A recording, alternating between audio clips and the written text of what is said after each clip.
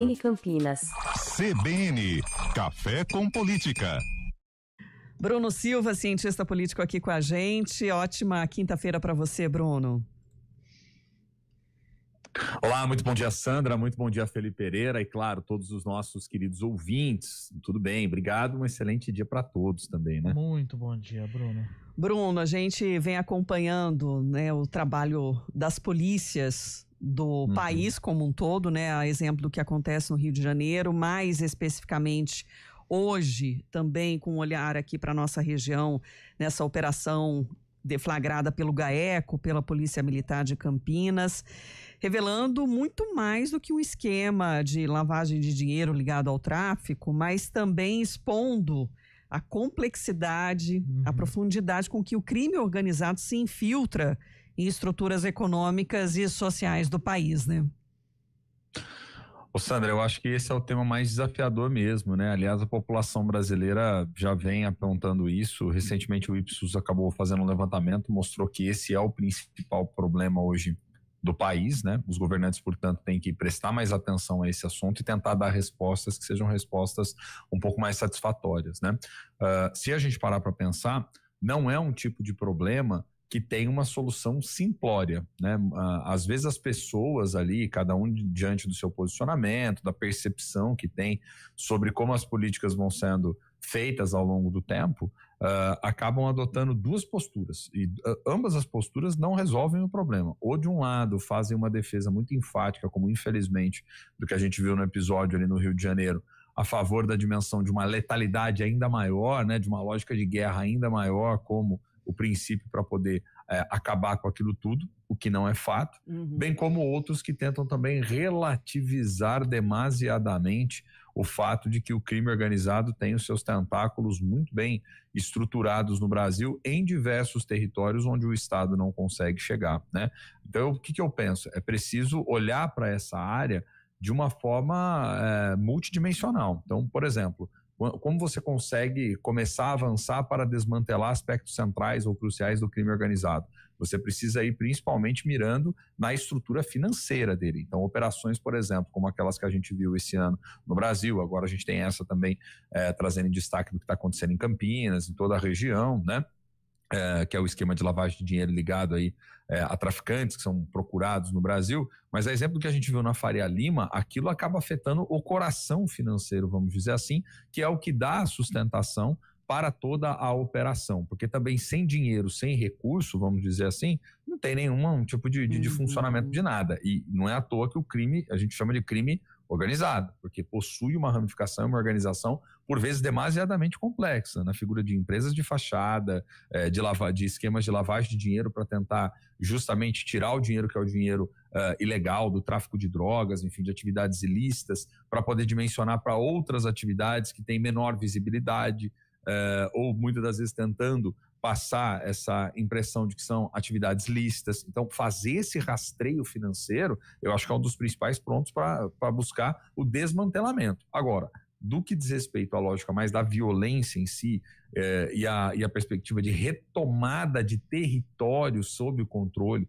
do crime organizado, como que a gente viu no Rio de Janeiro, aí o desafio ele é também muito grande, né? Porque inevitavelmente toda a lógica de incursão para tentar de alguma forma afastar, retirar, reintegrar, ela vai ter o uso da violência. Não é à toa que o Estado detém o monopólio do uso legítimo dos mecanismos de força, né? E do uso legítimo da violência, porque é justamente isso que garante no limite a autoridade constitucional sobre um determinado lugar. Mas infelizmente, isso acaba geralmente sendo feito de uma forma que você não controla, por vezes, o tamanho do impacto. E aí são essas imagens, que são imagens, né, horrorosas que a gente está vendo, que está circulando aos quatro cantos em virtude de toda aquela guerra, porque se torna efetivamente uma guerra. Ou seja, para que o Estado tenha realmente eficiência, é preciso entrar com outros projetos, é preciso entrar com uma outra lógica de organização desse território para fazer a sua autoridade chegar. Mas ali no Rio de Janeiro, cá entre nós, cada vez mais as pessoas olham, pensam,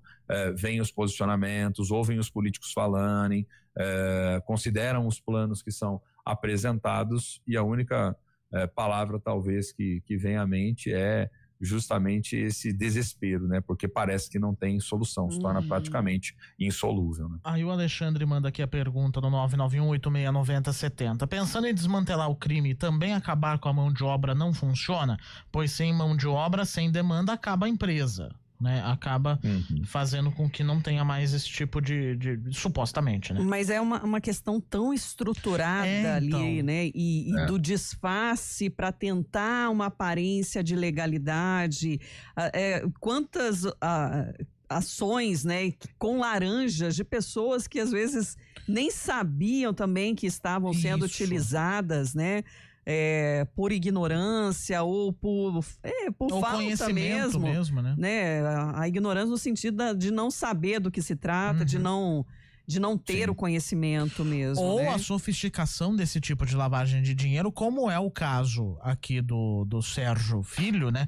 Que, segundo o Ministério Público, utilizava empresas legais, empresas constituídas, que pagam impostos, que pagam tudo certo, e no meio do dinheiro correto, né, do dinheiro limpo, lavava o dinheiro sujo. Ô Felipe, mas é justamente isso, esse é o ponto central, né? É o quanto o crime organizado, ele está organizado num nível que ele vai montando várias camadas que para você poder chegar efetivamente na origem de dinheiro, na origem de onde vem a operação dessas empresas, é muito difícil, porque perceba, você tem uma empresa lá que ela opera normalmente, ela tem o seu CNPJ ativo, ela não tem nenhum tipo de problema. Vamos supor, a prefeitura abre um determinado edital, a depender da empresa, essa empresa não está habilitada a disputar esse edital? Pois é. Ela está habilitada, é normal, é uma empresa operando normalmente. É só conforme você começa a ver outros indícios que você começa a buscar a linha toda para poder perceber aonde está essa irregularidade. Por isso que é o que a gente diz, o crime organizado ele é demasiadamente sofisticado e às vezes a impressão que nós temos é que o Estado, por mais que o esforço seja significativo para tentar desmantelar, e acho que aquela operação da Faria Lima foi muito emblemática a respeito disso, né, do quando as instituições conversam juntas, se articulam juntas, os resultados podem ser mais promissores, mas o quanto há uma dificuldade crônica, né, de você conseguir chegar em tudo isso no caso brasileiro, né? Mas não é muito ilusório imaginar, por exemplo, eu só completando essa, é muito ilusório você imaginar, por exemplo, que o grande cabeça do tráfico, o grande cabeça da facção criminosa vai estar ali no morro necessariamente, né? Você vai ter ali os pontas de lança, como diz no popular, né? E aí o que eu queria complementar também é para não desanimar como estrutura institucional no combate, né? Porque se a gente também considerar isso não tem jeito, né? E vai ser assim e entra todo mundo, também não vai funcionar, né? Então essas ações como essa que a gente vê hoje, né? De um relatório enorme do Ministério Público, considerando o desenho aí dessa ramificação toda, cheia de detalhes, elas são importantes, embora parciais, né, como a gente está dizendo aqui, porque elas ali desarticulam parte do processo, né, da estrutura como toda a engrenagem, mas de alguma forma vai eliminando, né, o que está alimentando esse crime organizado, né, dá aquela quebra, né, mas é um desafio da segurança, sistema, com certeza, né? Pela repressão. Não, eu ia falar, é como um sistema que você tem que ir, pelo menos, quebrando parte das engrenagens, né? E aí, isso também requer mais inteligência, né? A cooperação das instituições, como a gente vê de alguma forma aí no Ministério Público, Polícia Civil, Polícia Militar, nesse compromisso efetivo de trazer mais justiça, transparência, né? E esse combate, seja a corrupção ou a violência, Bruno.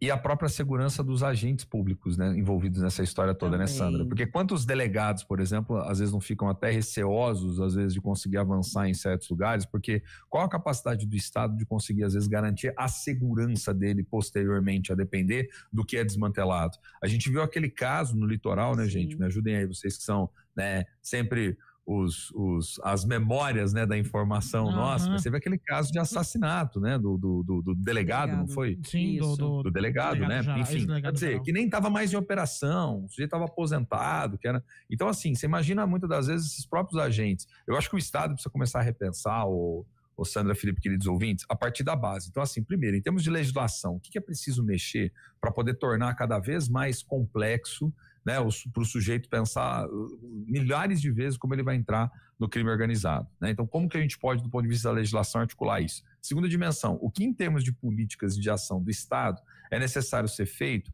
para poder desestimular os sujeitos a irem entrando dentro dessa lógica do crime organizado. É um processo de urbanização, é ampliação de programas que você consiga trazer as pessoas, é de alguma forma tentar bater de frente com a estrutura de desigualdade, ainda que não dê para fazer tudo ao mesmo tempo, mas por onde começar a se ramificar ali dentro para que isso venha a ser uma solução. Porque é isso que nós estamos falando. Se a gente achar também que, tudo bem, foi sempre assim, vai ser assim, não vai avançar também, né? Então a gente precisa que nacionalmente, inclusive, isso comece a ser coordenado e operado junto aos estados. Eu sei que os governos federais vêm tendo sempre muito receio de trazer esse assunto, de colocar ele no sofá ali da presidência da República, por um motivo, né, gente? Esse é um tipo de tema que ele é espinhoso, ele é delicado e que geralmente gera mais visibilidade negativa do que visibilidade positiva devido à dificuldade de você conseguir resolvê-lo. Então, um presidente vai jogando para o outro, porque hoje, se a gente parar para pensar, a maior parte da responsabilidade está no nível dos estados, né? Ou seja, que são aqueles que detêm as forças policiais. Só que já ficou mais do que explícito que sem uma política pública coordenada nacionalmente de segurança pública, que obviamente considere as particularidades dos estados, mas que dê suporte, que articule instituições, que tenha servidores ali disponíveis, que pense em como fazer chegar outras ações do estado para poder começar desarticulações, incentivando outros projetos na base, estimulando geração de renda, emprego, diminuição da desigualdade. É muito difícil você conseguir pensar isso, né? Porque geralmente onde o crime organizado ele é muito mais estruturado, em países como o caso do Brasil, que nós temos que ser sinceros, que possui uma desigualdade crônica estrutural, um país que detém uma riqueza significativa, mas que tem uma pobreza muito gigantesca, né? É triste. E esse impacto, né, negativo, como você diz, né, Bruno, em todas as suas proporções, né, seja localmente no estado ou do país, né, a própria repercussão mesmo do que acontece no Rio, que já está trazendo essa repercussão internacional sobre a segurança da COP, também 30, vai se reverberando também isso, né, negativamente, pensando como gestão pública, né? E um adendo, Sandra, e uma discussão que, na verdade, para mim, pelo menos, que vou acompanhando os debates, vou ouvindo também especialistas dentro dessa área do assunto, que desde 88 não foi resolvida, que é como a gente pensa os mecanismos, principalmente associados à ressocialização. Porque eu fico pensando no seguinte, você tem uma estrutura, por exemplo, como do crime organizado, né, no âmbito de uma facção criminosa, a pessoa que está dentro, por exemplo, de uma lógica de um presídio, quando ela sai, qual é a possibilidade, às vezes, dela ser absorvida dentro da sociedade? Porque esse é um tema delicado, é um tema espinhoso, que ninguém quer discutir, debater. Mas é sobre isso. Quem vai dar atenção? O Estado vai dar a devida atenção? Tem dado a devida atenção? Tem promovido essa integração? Ou, às vezes, ele fica tão, vamos dizer assim, ao sabor da vida, que acaba encontrando nos braços de quem? Uma guarida, um suporte? Do próprio crime organizado, que se ramifica dentro do presídio, que tem uma estrutura fora, que opera lavando dinheiro em várias instâncias, que tem essas empresas que hoje operam como empresas normais, vamos dizer assim, né, sem nenhum tipo de irregularidade, mas que injeta dinheiro ali do tráfico dentro. Então é muito complicado, é muito complicado. Por isso que exige uma ampla articulação institucional. Acho que o maior esforço hoje para começar a mexer na política de segurança pública, a palavra-chave é coordenação. Tem que ter um esforço de coordenação nacional junto com as instituições-chave, Ministério Público, Polícia, a própria Receita Federal, enfim, todos eles em articulação para poder começar a desenhar soluções que sejam mais palpáveis. Bruno, não tinha como a gente fugir desse tema hoje, né? Diante de tudo que a gente acompanha e é ruim até pra gente, né? Como notícia, né? Embora necessário, claro, né, para conhecimento da população. E é isso, né, tentando identificar causas e entender um pouco das consequências, porque está fazendo parte aí do nosso dia a dia. Obrigada pela reflexão de hoje, Bruno. Eu que agradeço, Sandra, Felipe, queridos ouvintes. Um abraço para todos e aquela história. Não tem solução simples. Aquele que vende solução simples para esse tipo de problema é que nem quem diz que tem a solução para os problemas de saúde pública no Brasil. São duas áreas delicadíssimas, né, gente? É difícil. Tem que pensar, mas é difícil. Um abraço. Um abraço. Até amanhã. CBN Campinas. CBN Campinas. Campinas.